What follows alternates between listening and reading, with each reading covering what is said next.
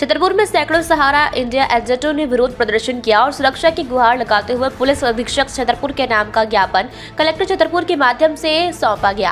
आपको बता दें कि राष्ट्रीय एकता फाउंडेशन शाखा प्रखर education and social welfare society के राष्ट्रीय अध्यक्ष रानी शेख ने मीडिया से चर्चा करते हुए बताया कि सहारा इंडिया कंपनी में निवेशकों ने एजेंटों के माध्यम से अपने पैसे का निवेश किया था, लेकिन वर्तमान समय में कंपनी डिफॉल्टर हो जाने के कारण निवेशकों का पैसा वापस नहीं कर पा रही है, जिसको लेकर निवेशक एजेंट प्रतिनिधियों को डराने धमकाने और जान से मारने तक की साजिश कर रहे हैं। उल्लेखनीय है कि सहारा इंडिया प्राइवेट लिमिटेड कंपनी का मामला न्यायालय में विचाराधीन है। छतरपुर के सहारा इंडिया परिवार में कार्य कर चुके प्रतिनिधियों की समस्या को देखते हुए उनकी सुरक्षा की मांग करते हुए एक ज्ञापन पुलिस अधीक्षक के नाम सौंपा गया है और ज्ञापन के माध्यम से मांग की गई है कि निवेशकों की राशि संबंधित है कंपनी से दिलाई जाए और एजेंट और कार्य प्रतिनिधियों को सुरक्षा प्रदान की जाए। इस अवसर पर सैकड़ों की संख्या में सहारा इंडिया परिवार में कार्यरत रह चुके प्रतिनिधि एजेंट मौजूद रहे। राष्ट्रीय एकता फाउंडेशन के माध्यम से आज ज्ञापन देने आए हैं हम लोग यहाँ पे। किस तरह का आवेदन है? सर, ये सहारा इंडिया कंपनी के निवेशकों की धन वापसी और एजेंटों की सुरक्षा के लिए हम लोगों ने ज्ञापन दिया है।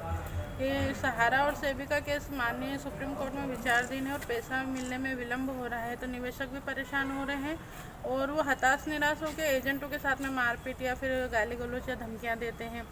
कई केसेस में ऐसा होता है कि जैसे कोई अन्य एक्ट के माध्यम से बोलता है कि हम आपको फंसा देंगे, आप हमको पैसा दो, तो एजेंट कहाँ से पैसा ला के देंगे? वो पैसा तो कोर्ट से ही मिलेगा। तो हम लोग यही मांग करने के लिए आए हैं कि इन लोगों की सुरक्षा की जाए अगर इनके साथ में कुछ होता है तो, और सेबी या कंपनी किसी भी तरह से निवेशकों को जल्दी से जल्दी पैसा दिलना है। किस तरह की परेशानी का सामना करना पड़ रहा है? बहुत परेशानी सर, जैसे ये कंपनी 35-40 साल से चल रही थी, तो कई लोग ऐसे जो 17-18 साल की उम्र से ही इन कंपनियों में काम कर रहे थे, पूरा जीवन उन्होंने इन कंपनियों में काम करते करते बिता दिया और अब लोग इनको बोलते हैं कि भाई आप गलत थे। तो कोई भी चोर उचक का अगर किसी से पैसा मांगेगा तो कोई किसी को पैसा नहीं देता। ईमानदार छवि के लोग ही थे, तभी तो इन लोगों को पैसा दिया गया ना। और इनके कमीशन को अब इतना हाईलाइट किया जाता है कि आपने कमीशन लिया, जैसे कि इन्होंने चोरी की हो। तो जो इनको कमीशन मिलता था, नाम उसको कमीशन बोलते हैं, बाकी उनका मानदेय था और उस पर TDS कटता था, मतलब गवर्नमेंट की निगरानी में पैसा इनको मिलता था सैलरी के रूप में। तो वो तो गलत हुआ ही नहीं। अगर ये खुद पूरा पैसा रख लेते तो अपन मानते कि ये लोग गलत हैं। अब ये चीज़ें तो क्या सरकार, प्रशासन और कंपनी के बीच में ऐसी उलझी हुई है कि निवेशक और एजेंट बहुत ज़्यादा परेशान हो रहे हैं।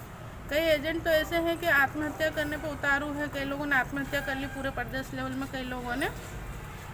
और कई लोगों को जैसे अभी कोरोना काल में इम्यूनिटी पावर बढ़ा, इम्यूनिटी पावर क्या बढ़ा इन लोगों की, तो यह हालत है कि कई लोगों को अटैक जैसी स्थिति बनी हुई है। किस तरह से होना चाहिए? सर, ये है कि जांच में ये होना चाहिए कि भाई किसी भी कंपनी की शिकायत आती है उस पर तुरंत एक्शन लिया जाना चाहिए, जैसे कंपनी की प्रॉपर्टी वगैरह बेच के निवेशकों को पैसा दे दिया जाना चाहिए।